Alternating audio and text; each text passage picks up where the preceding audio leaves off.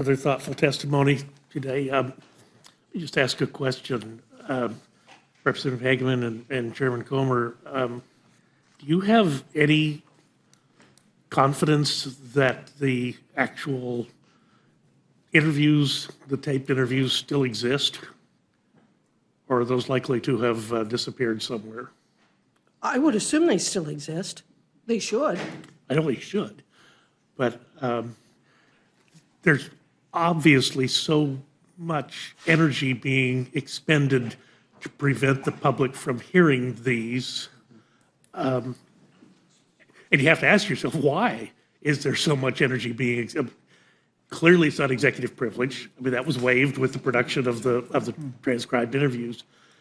If there's this much energy being placed to put a wall between the American public and the substance of these, or the transcripts of these, I'm sorry, the audio of these interviews, clearly there's something that they desperately want to prevent from going to the hands of the American people. Could I answer the question? Mr. Burgess, I would say something in response to that. If they don't exist, I would say that someone has actually destroyed evidence. And that would be a very serious concern if someone actually did something with those audio tapes. I also think it's very important that we clarify some of the testimony that has been provided, which is there is the repeated claim that the transcript and the audio are identical, and that's not true.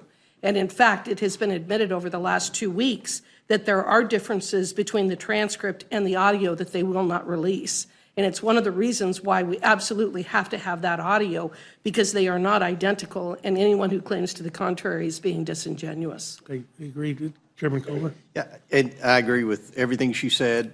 And another point that my colleagues to my left forgot to mention when they said that it's the House Republicans that want these audio tapes. The Associated Press, CNN, ABC, CBS, NBC, Reuters, Bloomberg, and the Washington Post, as well as other mainstream media outlets, have all sued to get the recordings as well.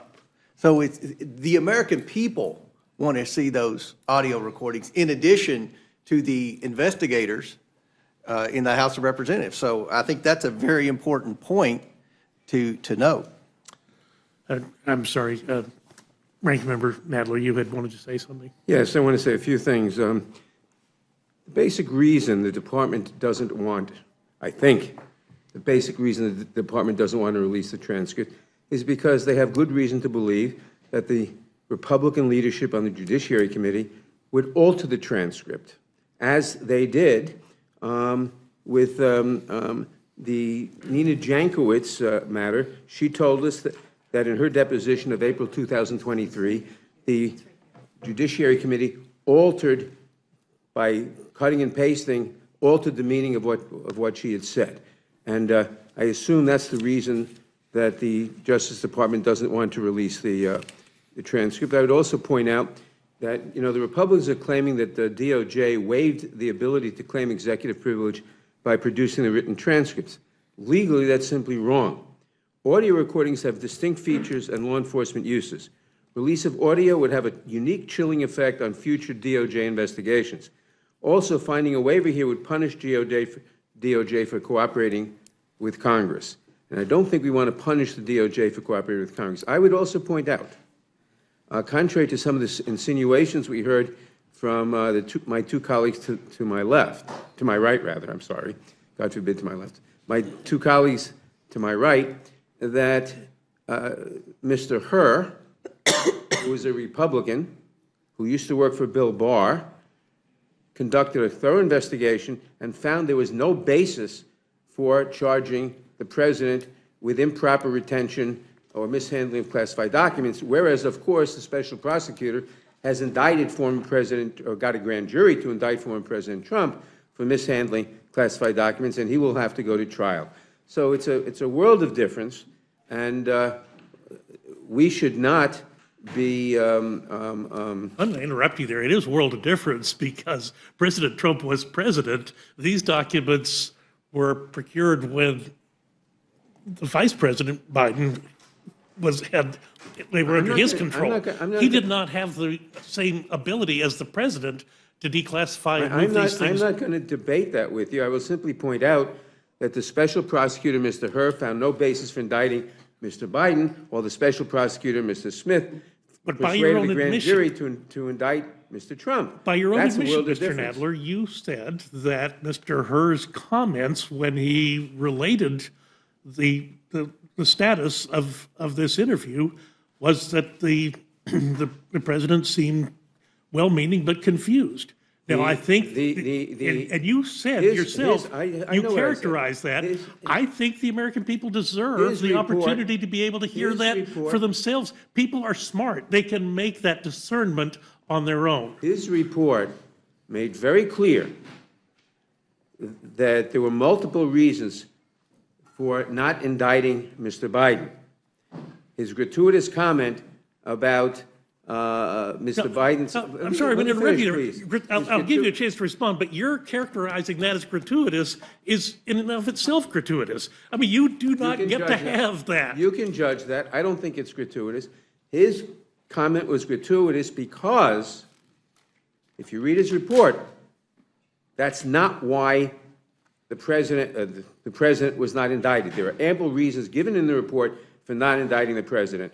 And given that, not including that, and given that fact, to make that observation was gratuitous. Well, why not then clear the air and make the actual audio of the interview available?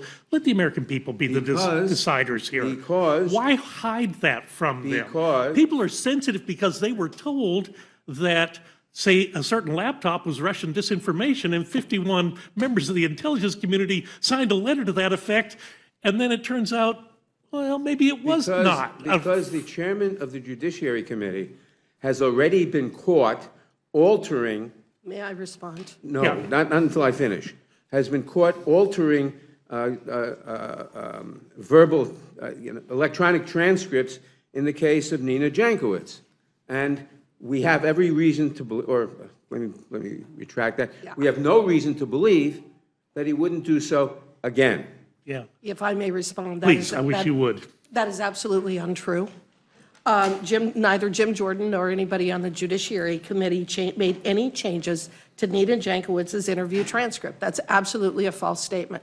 There's one other point that I think needs to be clarified, which is that Special Counsel Robert Herr stated on page 1 of his report, our investigation uncovered evidence that President Biden willfully retained and disclosed classified materials after his vice presidency when he was a vice president. The reason that he recommended against prosecuting President Biden was not a gratuitous statement. It was the reason as to why he refused to recommend prosecution, and it was that because Joe Biden is a, quote, sympathetic, well-meaning elderly man with a poor memory, Mr. Herr was concerned that a jury would not be willing to convict. Anyone who wants to see what Mr. Herr actually found and his explanation of what he did, you can go and you can watch the hearing before the Judiciary Committee. But one thing is very clear, and I will go back to it again. The folks on the other side of the aisle keep wanting to say the transcript and the audio are identical. There is no reason why, if you have the transcript, you're entitled to the audio. As a long-practicing attorney, they are not the same thing. The audio is the best evidence of what he said, how he said it, the time that it took for him to say it, and in what ways they may have altered that transcript. The moment that they released the transcript and said, this is the interview, they waived their ability to claim any kind of a privilege, and they don't have a legally valid privilege in addition to that. And it's for that reason that we believe that Merrick Garland needs to be held in contempt of Congress. I will Well, I agree firmly with, believe I the will American- agree with her. I will agree. Gentlemen will suspend. I firmly believe that the American people are entitled to hear this, and I'm grateful that you brought this today. I'll give you a chance to respond, Mr. Nadler, but then we need to move on to Mr. I will agree with Ms. McGovern. Hageman that there is no evidence that the transcript was altered whatsoever. The transcript wasn't altered. But in Ms. Hageman, I'm sorry, Ms. Jankowicz's case, the transcript wasn't altered, the video was altered.